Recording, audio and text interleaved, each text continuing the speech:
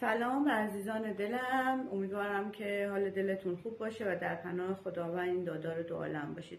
عزیزان، امروز آموزش کدنویسی روی نبض دست چپ. این کدها خیلی کاربردی هستن و خیلی هم از دوستان جواب گرفتن، من جمله خود من.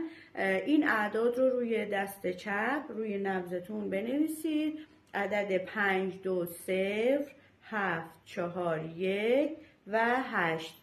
میتونید به انگلیسی بنویسید، میتونید به فارسی و ایرانی بنویسید.